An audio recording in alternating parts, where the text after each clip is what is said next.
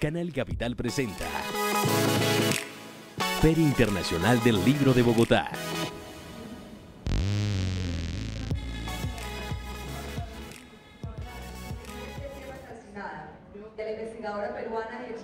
Hola, bienvenidos nuevamente a este espacio cultural de Canal Capital. Yo soy Lady Muñoz y los saludo desde el auditorio José Asunción Silva de Corferias en el marco de la edición número 32 de la Feria Internacional del Libro de Bogotá. Se está llevando a cabo el 6º Encuentro Internacional de Periodismo y en este momento vamos a tener un conversatorio que va a hablar sobre qué tan difícil es escribir en medio de la guerra. Es por eso que estará invitado el escritor colombiano Juan Miguel Álvarez, quien estará acompañado de la también escritora e investigadora Marta McFarland. Ellos se encargarán de hablarnos de eso, de lo difícil que es escribir, por ejemplo, en medio de la posguerra y un contexto de toda esta historia del conflicto colombiano. El moderador será el periodista colombiano Darío Fernando Patiño. Bienvenidos. Por lo que he leído de ellos y por lo que he leído sobre ellos, además puedo suponer que se trata de dos muy buenas personas con una inmensa sensibilidad. María McFarland Sánchez Moreno, lo habrán escuchado, peruana estadounidense, estuvo durante mucho tiempo en Colombia documentando lo que aquí ocurría para Human Rights Watch, y es importante que sepamos lo que es Human Rights Watch y lo que ha significado en la historia de Colombia. Esa es también la organización defensora de derechos humanos que quizás muchos no quisieran escuchar. Cuando uno oye a Vivanco hablar, es la persona que un gobierno no quiere escuchar cuando denuncia los abusos del gobierno, o que una guerrilla no quiere escuchar cuando dice que un proceso de paz puede estar conduciendo a una impunidad para esa guerrilla.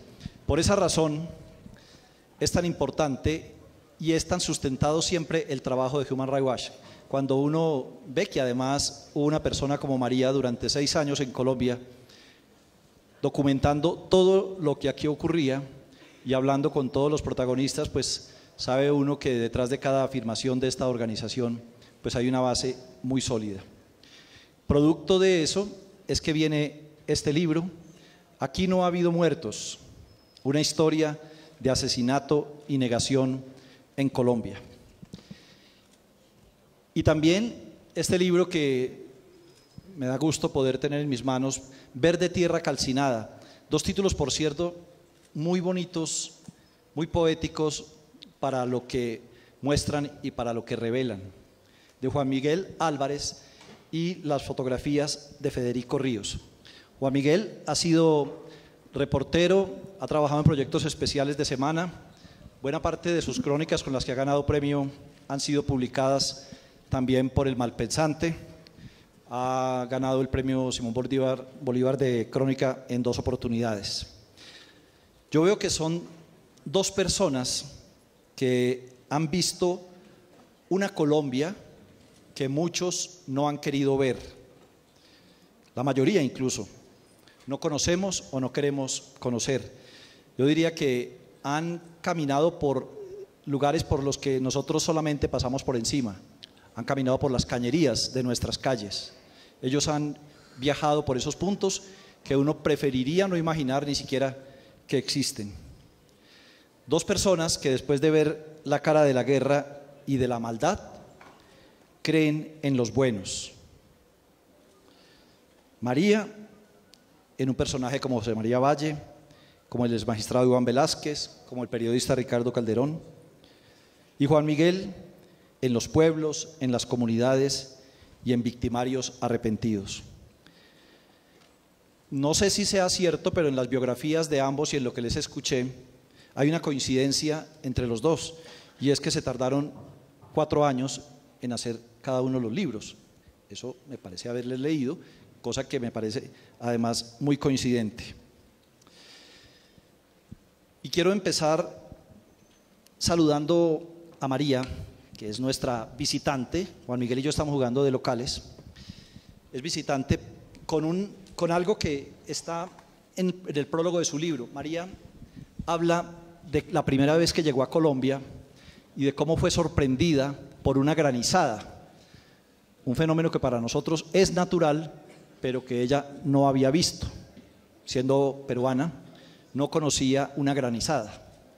Y eso refleja muchas de las cosas que pasan en Colombia, que lo que para nosotros es normal, para un visitante deja de serlo. Y María dice, en Colombia pocas cosas son lo que parecen.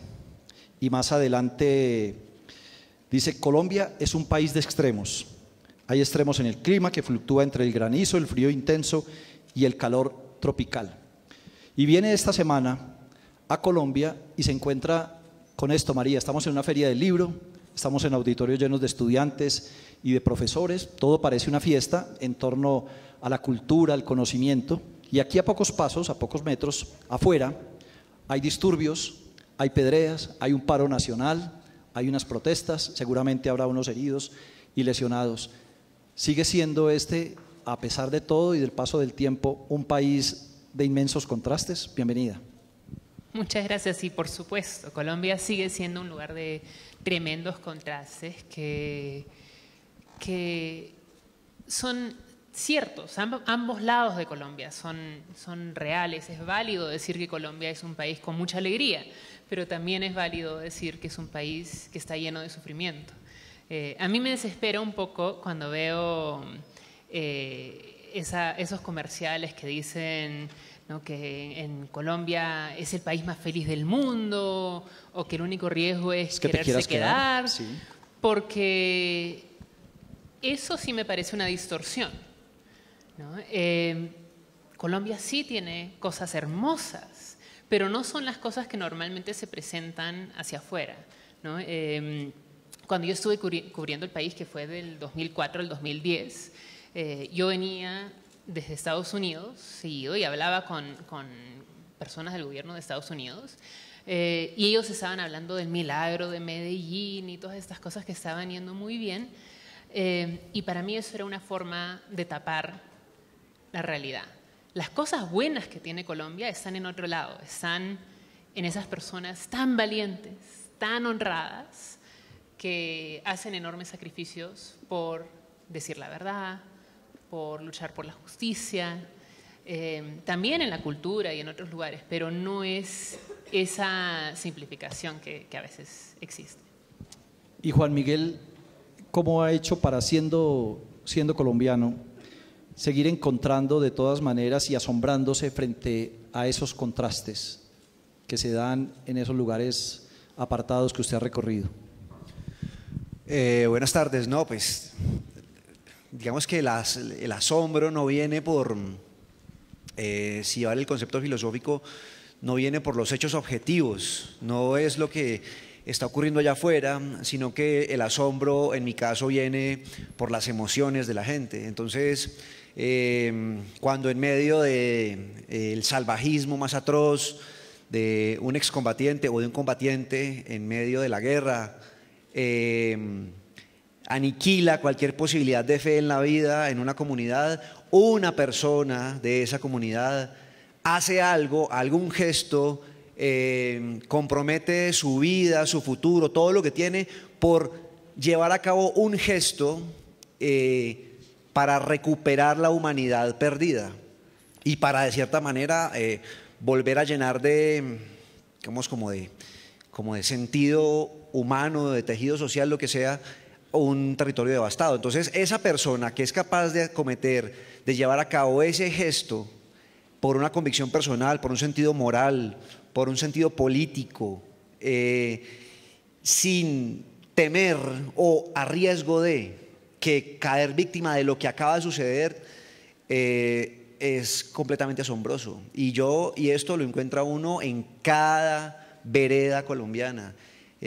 Cada vereda colombiana ha sido asaltada por la guerra directa o indirectamente, y en medio de toda esa violencia y todo ese olvido y toda esa sangre derramada, siempre hay una persona que dice: no, yo la limpio, no se preocupen por mí, yo la limpio, sigan adelante, yo hago lo que hay que hacer. Bien, ustedes querrán saber un poco más de qué es lo que han hecho estos dos personajes. Seguramente han hecho mucho más que estos dos libros, pero vamos a hablar en principio de estos dos libros. De Aquí no ha habido muertos, una historia de asesinato y negación en Colombia, en el que María habla de tres personajes colombianos, en realidad son cuatro, Y ya vamos a pedirle a ella que para entender los alcances de este libro, le vamos a pedir que nos describa en pocas palabras, dentro de lo posible que eso sea, cada uno de esos personajes. María, José María Valle, con quien usted empieza estos relatos. Mira, Jesús María Valle, fue un nobilísimo defensor de los derechos humanos que vivió en Antioquia, era de Ituango, una zona rural de Antioquia, muy comprometido con esa región, fue concejal de Ituango y se crió mayormente en Medellín y trabajó como abogado, como político brevemente, pero principalmente como defensor de los derechos humanos en los años 80 y 90, en una época muy dura. En los 80, él formaba parte del Comité Permanente de los Derechos Humanos de Antioquia, que en su momento fue liderado por Héctor Abad Gómez. Cuando matan a Héctor Abad, entra otra persona a ser su director, lo matan a él, después entra un tercero, lo matan a él, todo es en cuestión de un año. Y después el que entra cuarto es Jesús María Valle, para que se den cuenta de lo valiente que era ese personaje, lo comprometido. En los 90 él es uno de los primeros, si no el primero, en denunciar los vínculos entre el ejército y las fuerzas paramilitares que se estaban expandiendo en Antioquia en esa época. Y él dio un discurso donde decía que de Antioquia iba a expandirse la violencia por todo el país, y tenía razón. Pero por sus denuncias, en febrero del 98 lo matan. Vienen a su oficina, lo asesinan y sigue siendo una persona muy venerada en Antioquia, pero con una historia realmente chocante. Tal vez para darle un poco de contexto y dejar una provocación ahí, entre otras personas, ¿a quién le denuncia Jesús María Valle esos vínculos con paramilitares y miembros de la fuerza pública? Él le envió cartas al ejército, a la policía y al entonces gobernador de Antioquia, Álvaro Uribe Vélez. Un testigo que habló conmigo dijo que también tuvieron una reunión en diciembre del 1996, en la cual Valle le solicita a Uribe que por favor defienda a la población civil de Ituango, que los estaban matando en grandes números. Y según esta persona, y yo no he podido verificarlo, Uribe nunca me quiso contestar a mis cuestionarios ni a las solicitudes de entrevista, según esta persona, Uribe habría levantado el teléfono y llamado al jefe de la 4ª Brigada del Ejército para decirle: este señor Valle está haciendo falsas acusaciones en su contra, creo que amerita una denuncia por difamación. Y efectivamente, después de algunos meses, un miembro del Ejército lo denunció. Ya vamos a hablar de los otros personajes de María. En el libro Verde Tierra Calcinada, de Juan Miguel Álvarez, los personajes son 7 lugares. En realidad son 8. Ya les voy a explicar por qué. Le he pedido así al azar que me hable de algunos de esos personajes, es decir, lugares. La Puria, Juan Miguel, ¿qué es La Puria? Bueno, La Puria es un resguardo del pueblo en Veracatío, situado a 3 horas de un municipio llamado El Carmen del Atrato, municipio que está a 5 horas de Medellín. Este es un resguardo, tiene un caserío de unas 50 casas, creo yo, y ha sufrido en varias ocasiones desplazamiento forzado por todos los actores armados, en principio guerrillas y fuerzas militares, y después paramilitarismo. Perdón. Y ellos fueron, digamos, la comunidad de este resguardo alcanzó a ser beneficiada por un programa de retorno de desplazados que lideraba la Alcaldía de Medellín por intermedio de una oficina pionera en Colombia que solo la tiene la Alcaldía de Medellín, que se llama la Unidad de Atención a Víctimas. Tiene otro sustantivo en el nombre que no recuerdo. El caso es que esta comunidad es beneficiaria de ese retorno, y las 90 o 100 familias que estaban desplazadas en Medellín pueden regresar al resguardo y lo vuelven a poblar. Sí, entonces, digamos, la historia que va en mi libro va hasta ahí, hasta ese repoblamiento, hasta ese retorno. Sin embargo, lo que hay que decir es que el año pasado, en comienzos del 2018, creo finales del 2017, cuando el libro ya estaba pues inevitablemente en diseño de imprenta, ciertos movimientos militares en el territorio hicieron que todos los hombres, todos los, si se quiere, los masculinos, fueran reclutados por ELN y paramilitares. Y el caserío, o sea, el poblado del resguardo, quedó solamente habitado por mujeres. Creo que la situación todavía sigue así en este momento. Bien, voy a pedir un poco de silencio a los compañeros que están en la parte de atrás para que nos permitan aquí escuchar mejor. María, otro personaje de su libro, el exmagistrado Iván Velázquez. Sí, bueno, a Iván seguramente muchos acá ya lo ubican porque fue muy conocido como el magistrado estrella de la parapolítica y actual comisionado de la Comisión contra la Impunidad en Guatemala, aunque el gobierno guatemalteco lo ha echado del país. Pero yo conocí a Iván por mi trabajo en Human Rights Watch en el gobierno de Uribe, justamente por las investigaciones de la parapolítica. Él era un magistrado auxiliar en la Corte Suprema que un día estaba sentado en su oficina y recibió una denuncia diciendo algo muy sencillo. Los jefes paramilitares, Salvatore Mancuso y Vicente Castaño, han dicho que tienen amigos en el 35% del Congreso. Por favor, investigue. Lo cual es algo completamente absurdo, porque eso no es algo que se puede investigar así nomás, ¿no? Es tan poquita información.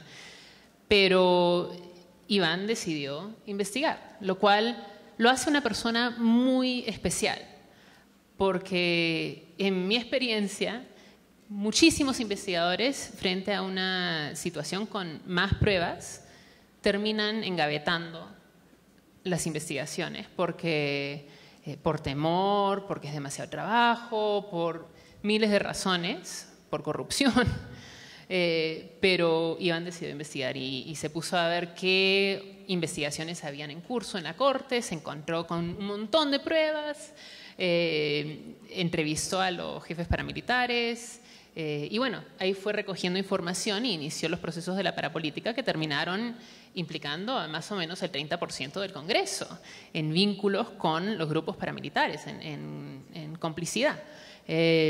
Sobre todo lo que era fraude electoral.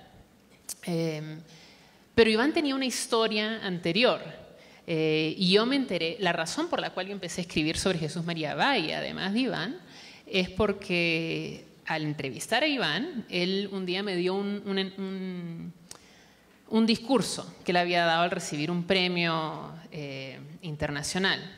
En ese discurso, Iván cita 100 años de soledad, de Gabriel García Márquez. Habla sobre la parte donde se da la masacre de las bananeras, donde José Arcadio II regresa a Macondo y dice: a 2000 muertos, fue terrible, miren todo lo que pasó.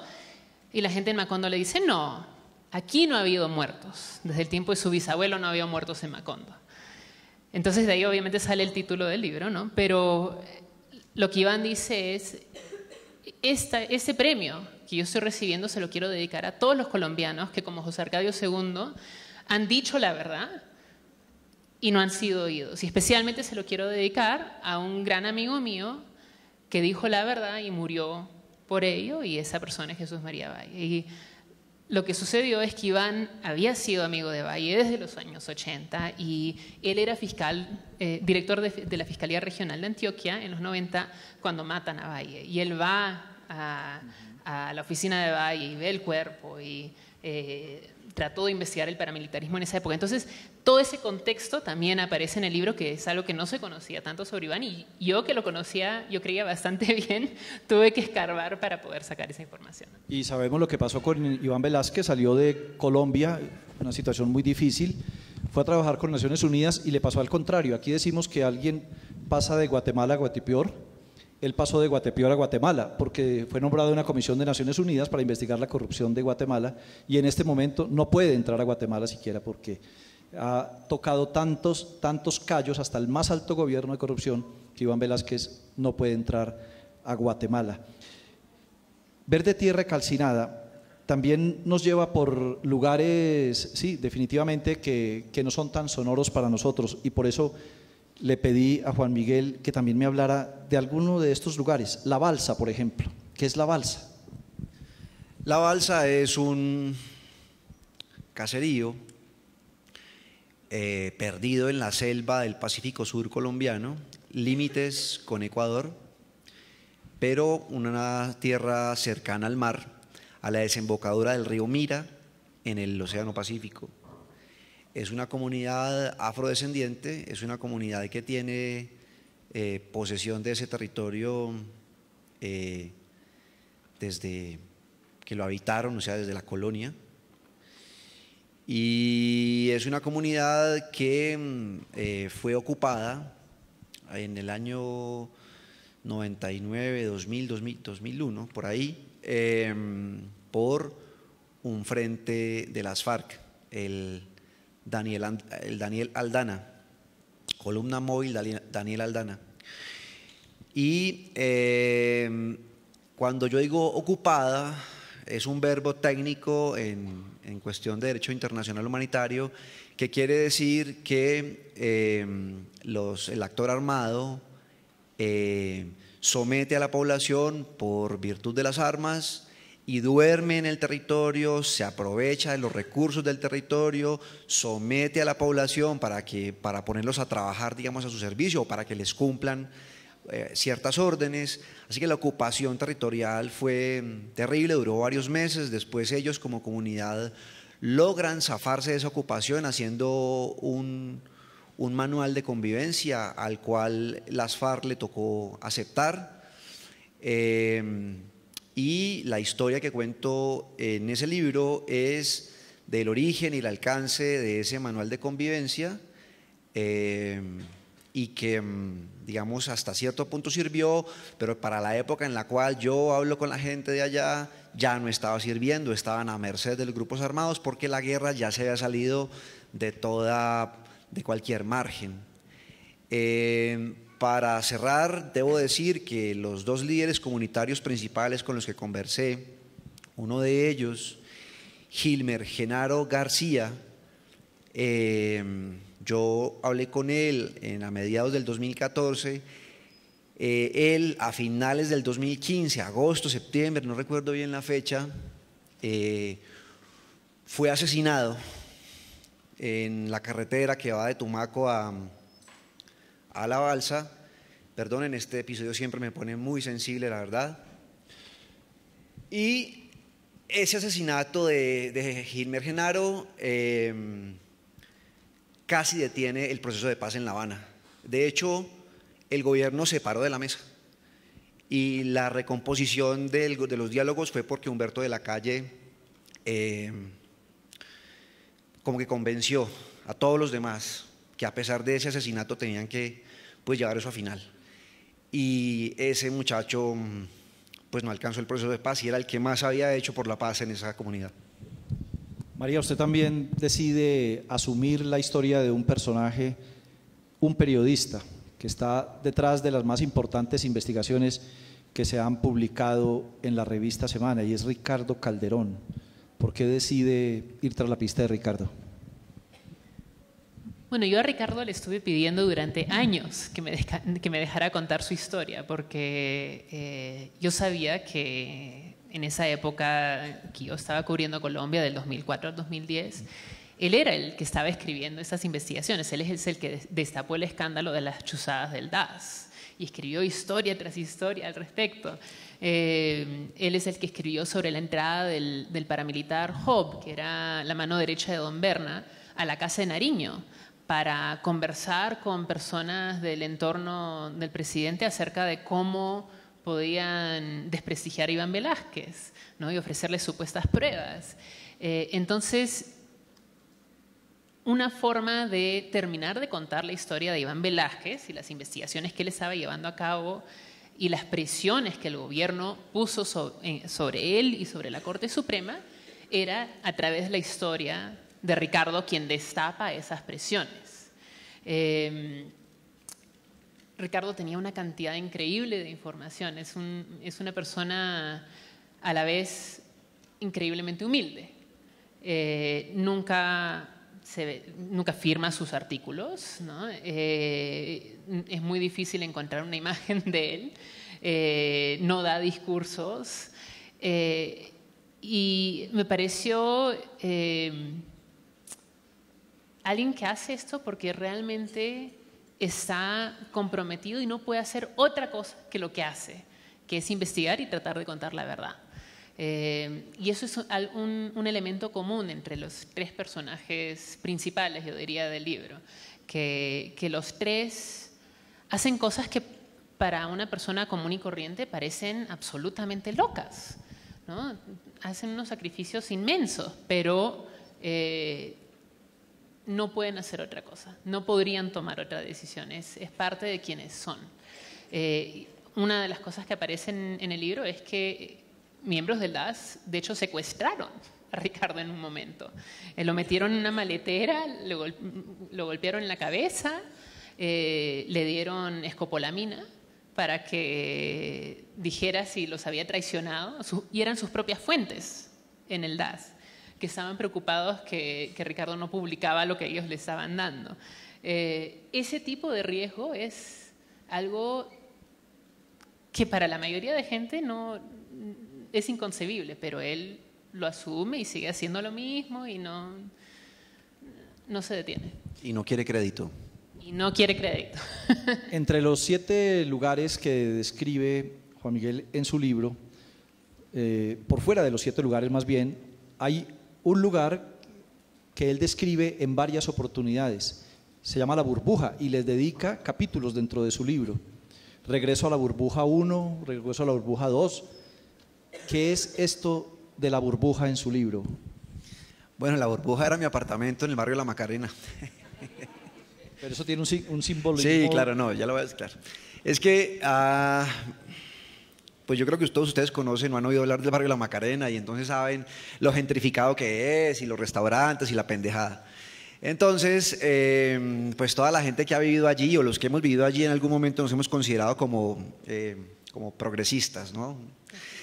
Y entonces cuando yo salgo a la periferia y me meto en esos lugares y entonces tengo la posibilidad de contrastar el país más marginal, el más humilde, el más pobre, el más vapuleado por la guerra, donde todo es tan precario y todo se hace con tanta dificultad, y yo regreso a mi apartamento en La Macarena, ya no vivo allí, pero regresaba a mi apartamento en La Macarena. Y entonces era todo tan lleno de luces, de colores, de comidas lujosas, de ropa suntuosa, ¿no? Entonces yo decía, joder, o sea, el mundo mío está como escindido entre estos momentos, ¿no? Como que llego a un lugar donde ahí está la máxima pobreza y la máxima desesperanza, y cojo un avión y llego a mi apartamento y salgo a la panadería y encuentro las sonrisas pletóricas de dinero y de cuadros y de libros, y yo digo, estos contrastes, ¿qué tipo de ciudadano me hacen a mí? ¿Qué tipo de periodista me forman a mí? Entonces en La Burbuja, los episodios que se llaman Retorno a la Burbuja, que son como unos intermedios donde el lector respira de tanta guerra y donde yo le permito que, digamos, donde yo le cuento mis reflexiones más íntimas, tienen que ver con eso, con que yo me pregunto a mí mismo en estos episodios, y cuando llego al apartamento y abro la ventana y me tiro en mi cama y eso, digo, ¿qué posibilidad de país tenemos? ¿Qué tipo de ciudadano soy? ¿Qué tipo de periodista soy? Entonces ese es el retorno a la burbuja, esa es la burbuja. La burbuja es supuestamente la ciudad capital, ¿no? Donde aparentemente estamos protegidos del conflicto armado. Digo aparentemente porque claramente hay otros barrios en la periferia de Bogotá que también pues el conflicto armado es a diario, pero no solo eso, sino que además en una ocasión, incluso en Revista Semana, cuando quedaba en el Parque La 93, también estuvimos a punto de caer muertos por un hecho del conflicto armado en pleno Parque La 93, ¿no? Entonces tampoco pues que la burbuja nos proteja mucho, la burbuja sí, pero tampoco, tiene muchas fisuras. Y dentro de esos personajes no explícitos, también María incorpora a una a la que no tiene apellido, pero es una bella protagonista, Miladis. ¿Quién es Miladis en su libro? Sí, Miladis es una de las sobrevivientes de la masacre del Aro, que perdió a su hermanito menor. Ella, el capítulo 3 del libro cuenta la historia de la masacre a través de los ojos de Miladis, que un día estaba en su pueblito del Aro, que era de 300 personas, que queda en un lugar muy apartado de Ituango, y se entera que los paramilitares se están acercando al pueblo.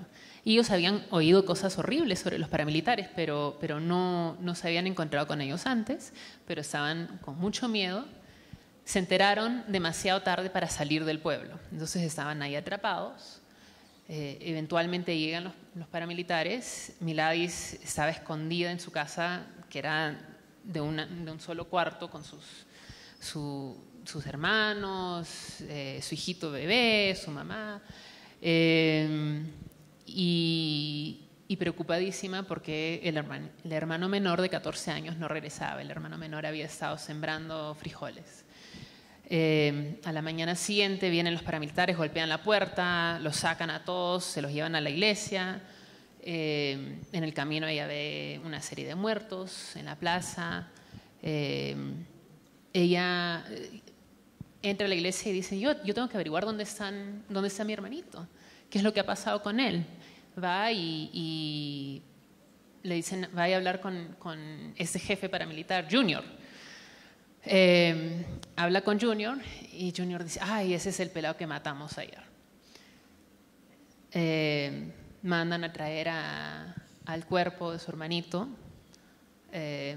lo traen encima de un burro, y cuando llegan delante de la iglesia botan el cuerpo al piso, lo patean, dice que por guerrillero.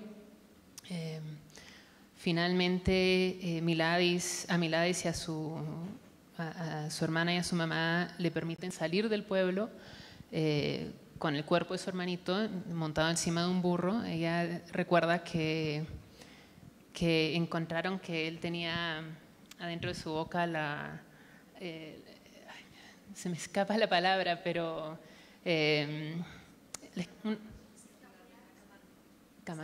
escapulario, el escapulario que le había dado su mamá, que lo había estado mordiendo del temor, ¿no?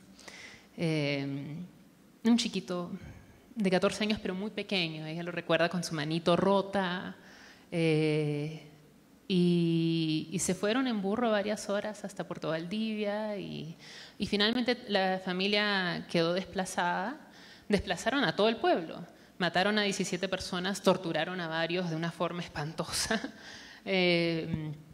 y quemaron el pueblo. La gente de Mancuso se llevó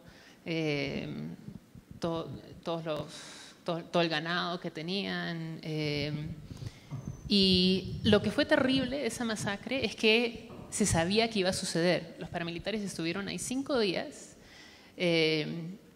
y desde el Aro habían llamado a Jesús María Valle y a otras personas para decir, están viniendo los paramilitares. Y Valle había llamado también de nuevo al ejército, a la policía, a otras autoridades para solicitar protección, y todo el mundo le dijo no, porque eran elecciones ese fin de semana y no podían hacer nada. Y bueno, ahí mataron a todos. Vale la pena repasar esta historia y recordar ese nombre del Aro, porque se está hablando mucho por ahí en estos días de la noticia y de la masacre del Aro. Bueno, después de María y Juan Miguel, de todo esto que ustedes ven, de todo lo que escuchan, yo le quiero preguntar a los dos, ¿qué pasa dentro de ustedes? ¿Qué pasa para que al final María diga algo como, detrás de muchas historias sombrías existían otras lecciones acerca del bien y del mal, acerca de la verdad y la esperanza. Y en un solo párrafo destaca la honestidad, el coraje, la nobleza, la integridad. Incluso uno de los capítulos lo titula Héroes. ¿Qué ocurre dentro de usted para no perder esa sensibilidad, para sentir que eso es lo que usted tiene que contar? Sí. Uno de los estereotipos sobre Colombia, que son injustos al margen del de que todo el mundo es feliz, es esta idea de que los colombianos son todos criminales o que es un país especialmente violento y que debe haber algo que no está bien en los mismos colombianos, ¿no? Lo cual no es cierto. Es un país donde les ha tocado vivir unas situaciones realmente difíciles. Y en ese contexto, donde uno crece en medio de presiones de grupos armados y donde también hay la posibilidad de ganar muchísimo dinero si es que se mete con la banda local o por lo menos no protesta, es de esperarse que exista la corrupción, que continúe esa violencia, que continúe el crimen. Pero lo que a mí me impresiona de los colombianos es que hay tantos que se resisten a participar en ese juego, ¿no? Y la razón por la cual yo quise escribir sobre este país no fue porque me parecía un lugar con historias horribles que la gente tenía que conocer. No, eso es un pedazo. Lo que a mí me impresionó es que es un lugar que da esperanza, porque estas personas tan valientes en los lugares tan complicados siguen insistiendo que tienen que luchar por la verdad, luchar por la justicia, luchar por una vida más digna para su gente, por más que eso implique un sacrificio enorme para sí mismos. Y eso no es solamente Iván Velázquez y Jesús María Valle y Ricardo Calderón. Esas son miles de personas que uno encuentra en cualquier vereda de este país, líderes sociales que son anónimos y que lo entregan todo porque creen que pueden hacer algo mejor. Y yo creo que las historias en este libro demuestran que sí es posible conseguir algo mejor además. Yo creo que la clausura del DAS es algo inaudito. ¿Quién pensó hace 15 años que eso iba a suceder? Pero se logró, ¿no? Debido a la magnitud de ese escándalo, los procesos de la parapolítica. Uno puede decir, se quedaron cortos, falta más, pero todo eso cambió la verdad que se contaba en el país, ¿no? Hoy en día, claro, todavía hay problemas de negación y que se quiere negar que hubo un conflicto armado, etcétera, pero no se puede negar de la misma forma que se negaba antes, que hubo grupos paramilitares, que hay grupos armados, descendientes de esos paramilitares que han tenido vínculos con el Estado. Todo eso ahora es conocido y aceptado por lo menos por la mayoría, yo creo, del país. Sí, yo quiero agregar algo ahí, es que debido a eso que estás destacando, ocurre que un general retirado como Rito Alejo del Río, condenado por hechos muy criminales, termina admitiendo de una manera velada, pero admitiéndolo en un discurso público que está mamado de cuidarle la espalda a los políticos. Que ellos no sé qué han hecho toda la vida es cuidarle la espalda a los políticos. Si esa verdad que tú estás dando a conocer no hubiera salido así por estas investigaciones, ese militar condenado y todo nunca hubiera dicho eso.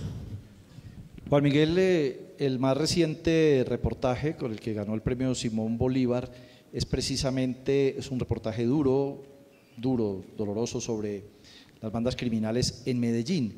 Pero en el momento en que usted emprende, por encargo de la revista Semana, estos reportajes que conforman el libro, usted acepta porque tiene el encargo de ir en la búsqueda de historias que dejaran ver momentos de perdón por parte de las víctimas, de arrepentimiento por parte de los victimarios, de convivencia entre víctimas y victimarios. ¿Qué lo llevó a aceptar ese propósito, ese proyecto con ese enfoque? Bueno, esencialmente que era Digamos, la razón más práctica es que era una gran oportunidad profesional. Yo iba a tener acceso a un país remoto del que de otra manera no hubiera podido tener acceso, o quizás un acceso más parcial y con menos recursos, menos posibilidades. Así que yo vi inmediatamente que este trabajo me iba a permitir conocer o explorar la Colombia que de otra manera no iba a explorar. Esa es la razón pues práctica, y que además después de esos viajes yo podría hacer otros trabajos seguramente con todo ese material. Eso lo tenía clarísimo el día en que me hicieron la entrevista para ofrecerme este trabajo. Pero también, digamos, una razón más moral o una razón más política tiene que ver con que yo en el fondo he creído en la posibilidad, digamos, de ayudar a recomponer el destino de este país por intermedio de las historias que escribo. Claramente eso pues es una sola golondrina no hace el verano, discúlpeme el lugar común, pero lo que quiero decir es que si yo no pensara de esa manera, quizás tampoco sería capaz de trabajar como trabajo o enfocarme en los temas en los que me enfoco. Es decir, que en el fondo yo creo en que el trabajo periodístico de investigar y de narrar hechos que uno considera que la opinión pública tiene derecho a saber, es absolutamente necesario para que el debate público sea más fuerte y que a partir de ahí se tomen mejores decisiones y por lo tanto el país sepa encontrar más fácil o de una manera más conducente su destino, su camino, su futuro. Entonces, en el fondo yo también trabajo, acepto ese enfoque, porque ese enfoque en ese momento era absolutamente necesario para darle fuerza a las negociaciones de paz en La Habana. Es decir, yo entiendo que lo que está pasando en La Habana es histórico, entiendo que lo que está pasando en La Habana necesita una opinión pública que respalde y no una opinión pública uribista que lo ataque, necesita una opinión pública que lo respalde, y las historias de reconciliación, de dignidad, las historias, digamos, de procesos del Estado que ayudan a resarcir el daño hecho en las víctimas, eran necesarias en ese momento para que la opinión pública de alguna manera también estuviera de parte del proceso de paz, no del gobierno, del proceso de paz. Y entonces era una razón práctica y una razón política. María, ¿qué pasa en una sociedad que tiene como la fuerza y al mismo tiempo la antifuerza para lograr objetivos como por ejemplo la paz? En su libro, usted la palabra paz, el capítulo de paz lo pone entre interrogantes, y sus personajes de todas maneras siempre se han enfrentado a unas fuerzas muy, muy violentas en contra de hacer el bien. ¿Qué será lo que le pasa a estas sociedades? Sí, yo creo que, de nuevo, yo no creo que eso sea una cuestión solamente colombiana. Yo creo que en muchos países donde hay una historia de violencia, o incluso donde no la hay, ¿no? En Estados Unidos, donde yo vivo, hay personas que se oponen a reformas en materia de derechos humanos, que empujan medidas que son represivas. Y eso es algo que uno siempre tiene que estar enfrentando y luchando en contra. En el Perú, donde yo me crié, increíblemente logramos, y yo trabajé en este tema, que Chile extraditara a Fujimori, nuestro presidente autocrático de los 90, de Chile al Perú, y fue condenado por delitos de lesa humanidad y corrupción, y sentenciado a 25 años de cárcel. Pero todavía hay un enorme sector de la población que adora a Fujimori y que busca deshacer todo lo que se hizo para hacer justicia en ese momento. Hubo una comisión de la verdad a comienzos de los 2000 que vio los abusos a los derechos humanos que se cometieron durante la guerra contra Sendero Luminoso. Y hoy en día hay un enorme esfuerzo por desprestigiar a esa comisión de la verdad, por decir que eso no fue cierto. Entonces, yo creo que, de nuevo, eso no es algo especial de Colombia, y creo que además no es algo que termine. Yo creo que si uno cree en este tipo de lucha, entonces siempre va a estar en la pelea. A veces uno va a ir ganando, otras veces van a venir y empujar para atrás, y tienes que continuar. Quién sabe si así se logrará avanzar, porque Juan Miguel encuentra precisamente en la historia de la Puglia es que cuando ha visto ese ejemplo de regreso, de retorno histórico de esa comunidad indígena que estaba abandonada en las calles de Medellín, vuelven al resguardo y después de que ha visto ese buen ejemplo, al regresar se encuentra que los campesinos no están tan contentos porque todo se lo están dando a los indígenas y dice, y los que hemos puesto aquí el pecho también somos los campesinos, entonces, ¿y nosotros qué? Eso de todas maneras, en esa Colombia profunda también se ve, también usted lo percibió en todos esos lugares que recorrió esa fuerza y esa contrafuerza. Claramente, el campesino mestizo, es decir, el campesino que no pertenece a una minoría étnica, tiene, bueno, no hay que generalizar, pero en general se comporta con cierta desconfianza o no, cierto recelo con la gente de la periferia que es de minoría étnica, o sea, que son pueblos indígenas o afros. Porque claro, la Constitución del 91 generó un marco de ley muy favorable para los pueblos indígenas y para los afro. Entonces, estas dos minorías tienen de cierta manera el Estado está con algunas obligaciones de presupuesto, de territorio, de protección de derechos especiales. O sea, ellos están protegidos por un marco de ley excepcional. En cambio, el campesino mestizo, que es como ustedes o como yo, como cualquiera de los que está acá, pero que no vive en la ciudad, sino que vive en la ruralía y se gana la vida con asadón y machete, está tan desprotegido en términos políticos como nosotros, o sea, tan protegido, desprotegido como nosotros, es decir, no tiene ningún régimen especial. Y ellos siempre han notado, los líderes, que a los pueblos indígenas se les ayuda de una manera, a los afros se les ayuda de otra manera, pero al campesino mestizo no, porque supuestamente es el ciudadano protegido por la Constitución en sí misma. Entonces, en este episodio, un campesino de la carretera entre Medellín y Quibdó me dice que los campesinos de La Trocha estamos dolidos con el Estado porque todo se lo han dado a ellos, a los indígenas, y los indígenas no valoran la ayuda que les dan, desperdician semillas, desperdician materiales de construcción, ¿no? Una antropóloga indigenista que era la que me estaba acompañando le dice, no, pero es que los indígenas pues finalmente son despreocupados, son una cuestión de la cultura, ellos verán en qué momento usan eso, y eso a los campesinos les produce tensión, porque dice, pero ¿cómo así que en cualquier momento van a usar eso? Pues úsenlo ya, ¿cómo así? Nosotros estamos necesitados, ¿por qué por qué los tenemos que esperar un mes para que se gasten las cosas?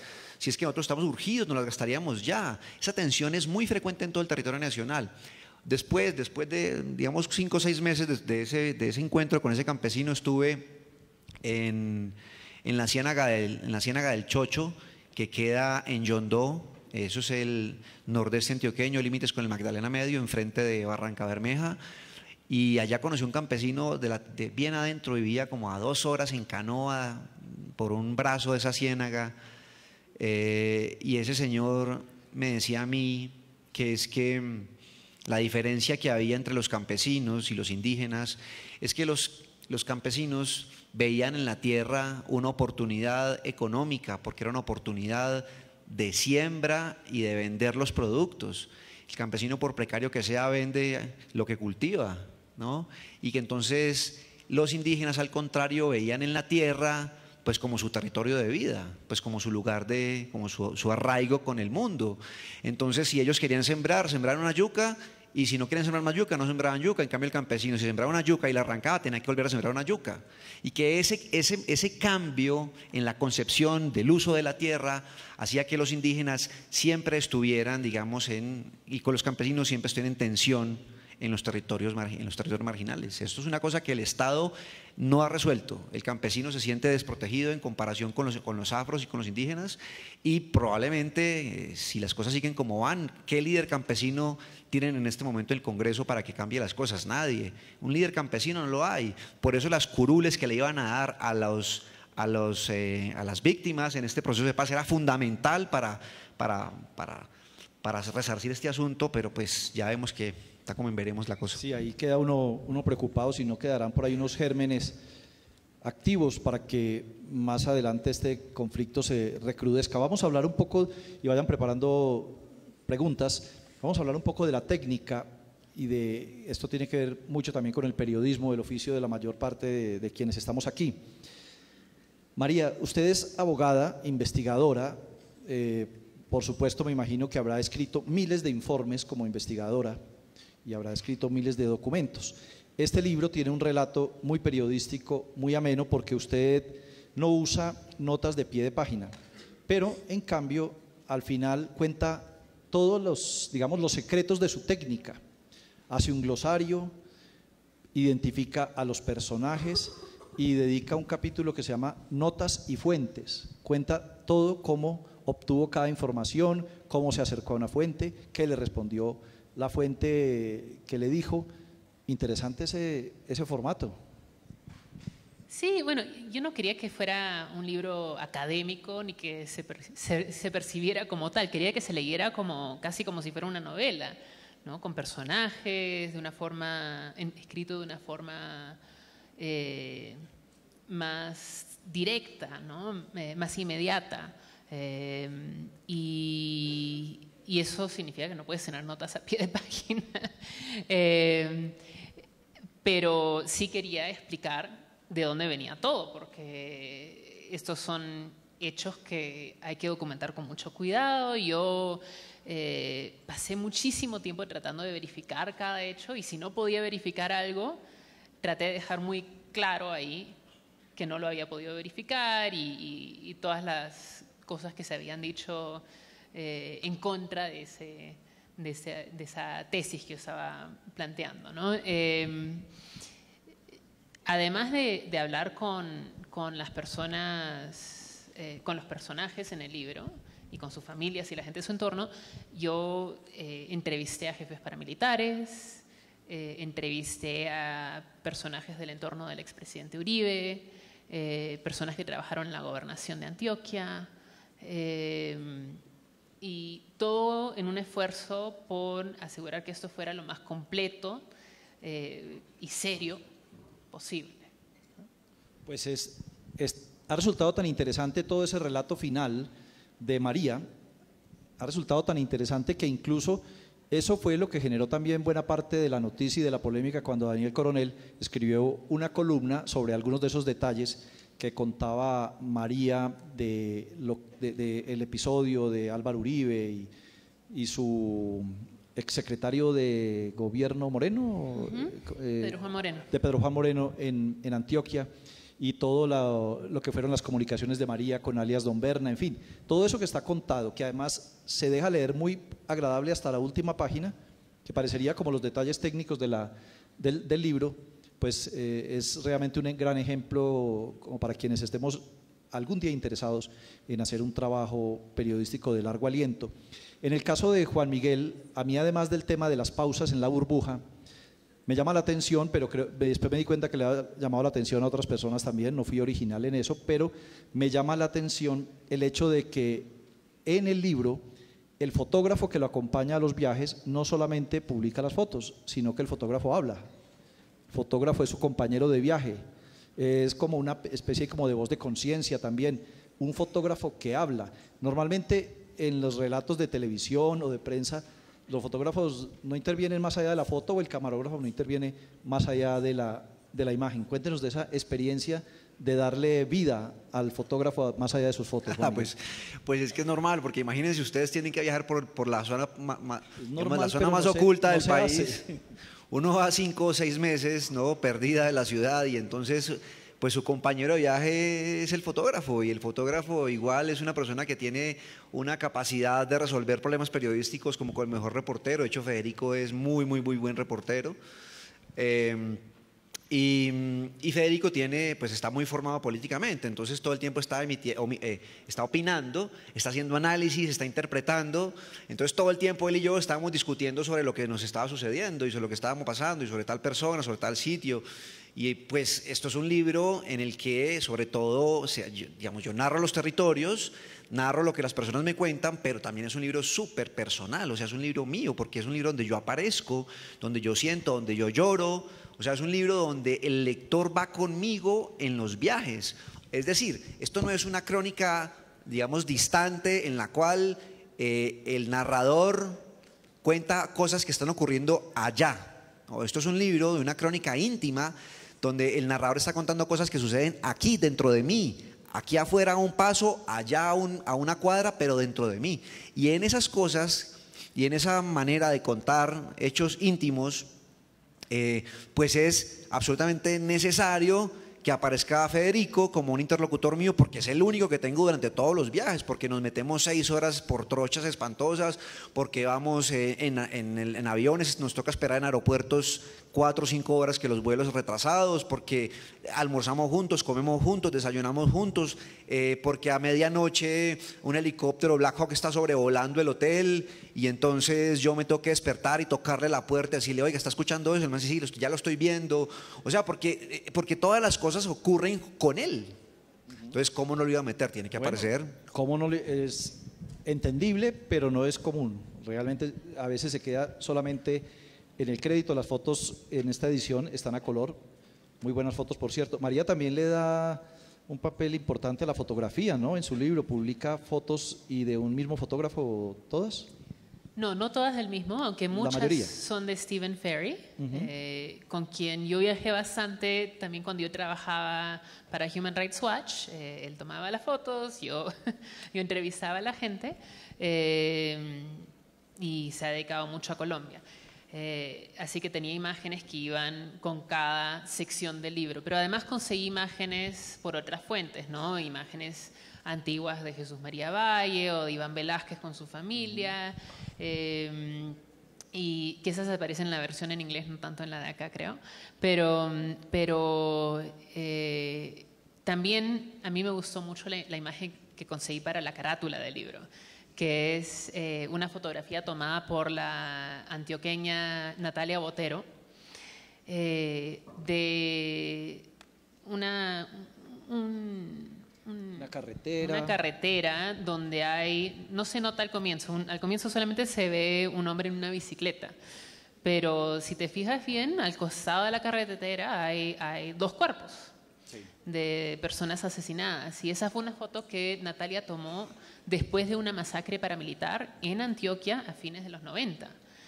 Así que justo la época que yo estaba describiendo, el mismo tema, y además va perfecto con el título, ¿no? Y me dio mucho gusto que fuera además una fotógrafa mujer en esa época, porque las voces de las mujeres en este conflicto a veces no se notan, no se oyen tanto como deberían. Entonces, ese fue un esfuerzo.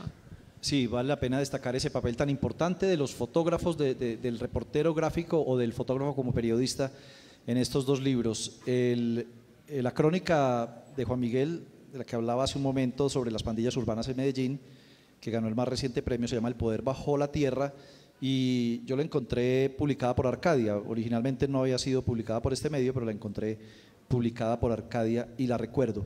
Y también vale la pena destacar, María, su libro fue escrito inicialmente en inglés. Esto es la versión en español de este libro, cosa que también es algo para tener muy en cuenta. Bueno, pues os quiero invitar a que participen con nuestros invitados, que le formulen preguntas, que nos digan a quién quieren preguntarle. ¿Quién me ayuda con la...? Wendy, está aquí ya, Wendy.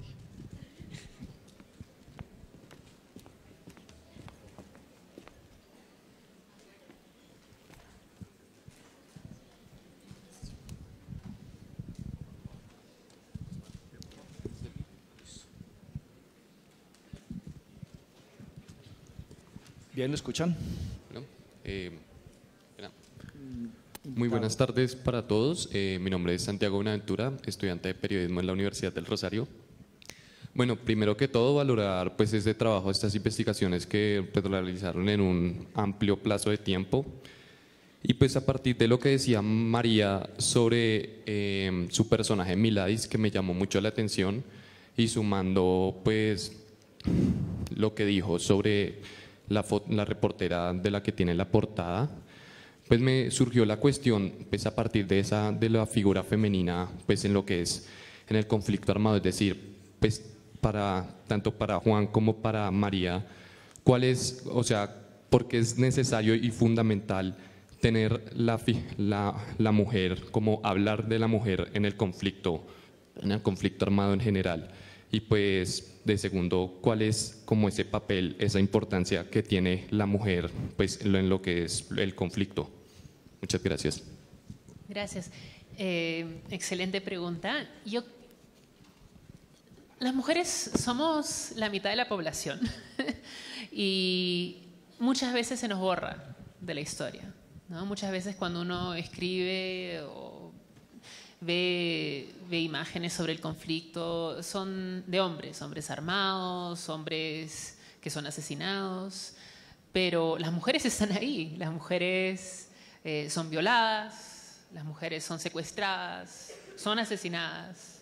Hay muchas muertas en este libro y también están ahí como héroes, como personas muy valientes. Además de Miladis está la esposa de Iván, María Victoria, que se enfrentó a amenazas durísimas y no le contó a Iván sobre las amenazas, se las guardó, lo cual es algo realmente terrible, ¿no? Muy duro. Pero ahí hay muchas personas que demuestran otro tipo de valor y cuyas historias se tienen que rescatar. Uno no puede borrar ese pedazo de la realidad. Muchas de las mujeres son las que son cabeza de familia después de una masacre, ¿no? Cuando tienes desplazamiento, muchas veces son mujeres con sus hijos. Eso se tiene que contar. Y yo también descubrí que entrevistando a mujeres que eran cercanas a los hombres de este libro, descubría cosas que no podía conocer simplemente entrevistando a los hombres, porque se fijaban en cosas distintas. María Victoria me dio tantos detalles que Iván jamás se le habría ocurrido darme, porque no se acordaba de ellos de la misma forma. Así que son perspectivas a veces un poco distintas que hay que recoger. Juan, usted hablando de las mujeres, a ver. Sí, esta pregunta me la han hecho varias veces porque por alguna razón, probablemente circunstancial, las historias que he contado, que he investigado en los últimos probablemente 4 años, 5 años, las protagonistas siempre son mujeres. Y la cuestión es que, para bien o para mal, los hombres en los territorios afectados por la guerra son menos. Ya porque fueron reclutados, ya porque fueron asesinados, ya porque fueron las víctimas o porque fueron las víctimas inmediatas del homicidio o porque fueron los victimarios. Y las que quedan en el territorio tratando de reconstruir otra vez la cosa, tratando de llevar vida, tratando de mantener, digamos, la fe en el país o en el mundo, son las mujeres. Les toca, en estos casos específicos, les toca el papel probablemente más heroico de todos, y es pues traer luz a una zona de oscuridad. Entonces los personajes míos generalmente de las crónicas más recientes han sido mujeres. Así que si uno es un reportero en temas de derechos humanos, inevitablemente tiene que llegar a las historias de mujeres.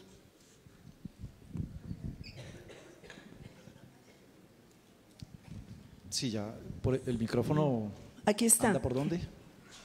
Buenas tardes, mi nombre es Victoria González, soy docente de la Facultad de Comunicación Social Periodismo de la Universidad Externado de Colombia. La pregunta es para Juan Miguel. En varios apartes de su libro Verde Tierra Calcinada, usted se pregunta cuando está entrevistando a las víctimas si no está haciéndoles daño nuevamente al hacerles recordar lo que vivieron. Ahora, con su libro en la mano, ¿cómo se siente frente a eso?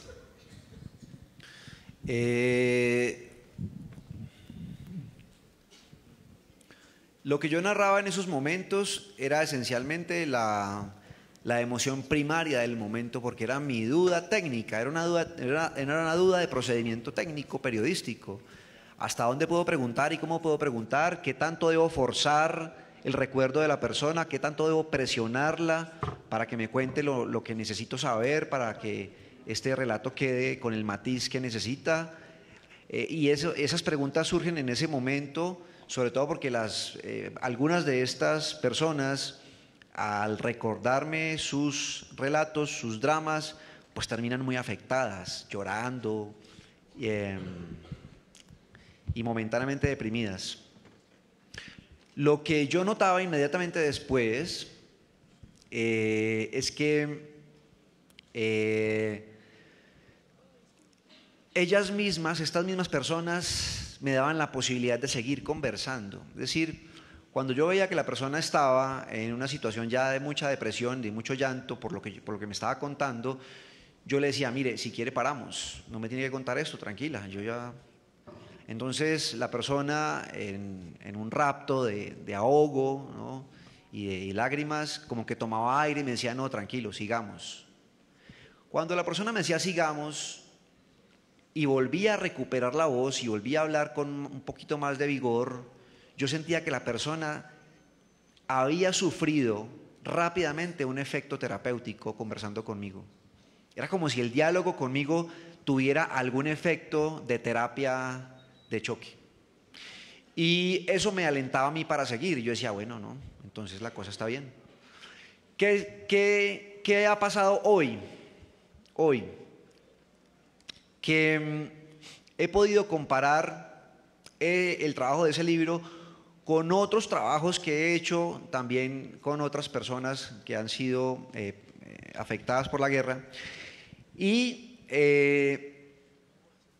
siempre he llegado a la conclusión de que mientras que la persona esté dispuesta a hablar de lo que yo necesito preguntarle y acepte durante el diálogo y durante el momento en el cual está sufriendo ese rapto de angustia y de dolor por recuperar el recuerdo, mientras que la persona acepte que podemos seguir, yo siento que no estoy, va a usar el verbo de moda en los derechos humanos globales, revictimizando. Pero si yo, a pesar de que la señora está llorando o el tipo está llorando y está ahogado hablando o ahogada hablando y yo le pregunto y la persona no responde y yo trato de llevarla hacia ese lugar en el cual uno se vuelve un interrogador fiscal, en el cual le trata de extraer una verdad a toda costa, si yo me comportara de esa manera, estoy seguro que estaría cometiendo un acto moralmente repudiable e incluso técnicamente sancionable por el código, por mi gremio y probablemente en algunos casos incluso hasta penal, ¿no? Entonces yo, digamos, hay ciertos comportamientos en trabajo de campo que uno tiene ya más o menos descubiertos y que sabe el límite. El límite mío en estos casos es, usted, paremos ya, no tiene que contarme esto. No, tranquilo, sigamos, listo. Ese es el límite. Muy interesante esa reflexión sobre la ética de la conversación. Ya estamos terminando, por lo visto hay muchas preguntas para ustedes. Tenemos unos tiempos límites en las salas y todo lo demás. No sé dónde haya caído el micrófono. Por acá está. Aquí tenemos unas invitadas que han estado, son las que alcanzo a ver desde aquí en primera fila, muy pendientes, pero bueno. Buenas tardes a todos. Mi nombre es Jason Páez, estudiante de Comunicación Social de la Universidad Uniminuto de Ibagué. Pues veo dos casos muy bonitos, uno de una mujer que busca la verdad, que se podría decir le ha pisado los talones a grandes y tras eso ha logrado que hayan cambios en diferentes países, inclusive en Colombia, y de un hombre que ha estado en los rincones y lugares que nadie conoce de Colombia, buscando historias, sacando historias, redactamos las historias, las damos a conocer, mostramos una verdad. Ustedes llegan a casa contentos porque han logrado que muchos sepan lo que no se sabía, pero ¿cómo se sienten ustedes después de entregar esa verdad, que los conozcan, sabiendo que están hablando pues, de grupos armados, de expresidentes con poder? Entonces me gustaría saber cómo se sienten ustedes después de que llegan a casa, tienen su libro, su noticia, pero pues esa es la pregunta. Gracias. Gracias por la pregunta. Gracias. Yo tenía que escribir este libro. Cuando yo dejé de cubrir Colombia en el 2010, yo sentí que tenía que contar cosas que no podía poner en un informe de derechos humanos, que quería que saliera una realidad distinta, más íntima, que la gente conociera a los colombianos que yo conocí, a algunos por lo menos. Y yo siento que logré eso con el libro. Me tomó 6 años, 4 años simplemente escribir la propuesta del libro Bueno. y conseguir la casa editorial y después 2 años más escribiendo. Pero yo me siento muy bien de lo que he hecho porque sé que investigué todo a fondo, lo más que pude y logré lo que quería hacer. Lo que ha sido más importante para mí ha sido después poder compartir el libro con las personas sobre las cuales escribí. Entonces, para mí ha sido muy importante que saliera la traducción al castellano el año pasado y muy importante esta semana poder estar acá en la feria.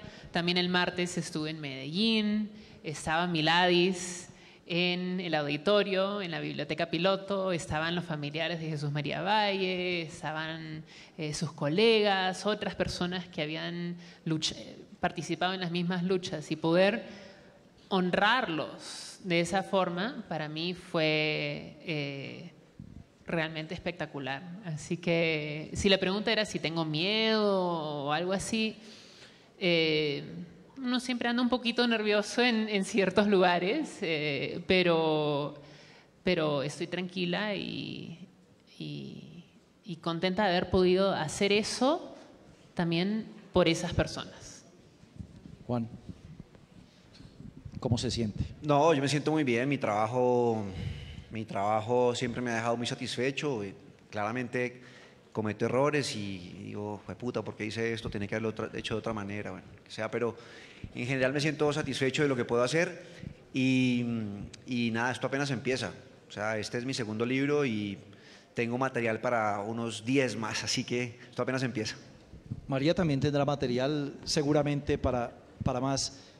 Muchas gracias a María McFarland, muchas gracias a Juan Miguel por habernos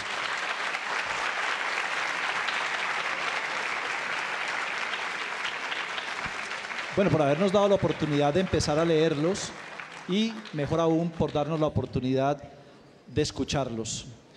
Gracias a ustedes por haber estado. Lamentamos no haber podido canalizar todas las preguntas, pero ellos han dado declaraciones, han hecho entrevistas en muchas partes. Les recomiendo consultarlo. De hecho, María tiene su propia página sobre las entrevistas que ha hecho y allí conoceremos mucho más de su pensamiento. Gracias a la Facultad de Comunicación Social de la Universidad de Externado. Muchas gracias a todos ustedes. Terminamos la jornada de hoy de este Encuentro Internacional de Periodismo. Les recordamos a los estudiantes de la Facultad de Comunicación del Externado los formatos de asistencia firmados. Y mañana los esperamos en la universidad, en el Auditorio Rojo, en el edificio I. El tema, palabras de McFarland, junto a Juan Miguel Álvarez, moderado por Darío Fernando Patiño. Este fue el conversatorio Guerras, las de hoy y las de siempre. Este conversatorio que nos mostró cómo ellos, a través de sus escritos, de sus investigaciones, de sus historias y crónicas, pues narran cómo es escribir en medio de la tragedia. Este es el 6º Encuentro Internacional de Periodismo en el marco de la Feria Internacional del Libro de Bogotá. Recuerden que nosotros, Canal Capital, somos el canal oficial de la Filbo 2019. Gracias por estar con nosotros. Hasta pronto.